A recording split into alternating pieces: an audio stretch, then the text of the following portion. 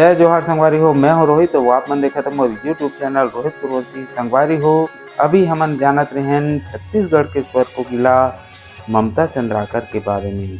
तो चलो आओ संगवारी जानते हैं ओकर बचपन के बारे में।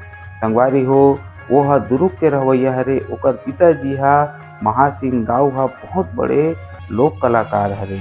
ओकर पिताजी हा चाहत रही से कि ममता जी के लोक संगीत के शिक्षा दाऊ रामचंद्र देशमुख जी हते, लेकिन कोई कारण से वह मना कर दी।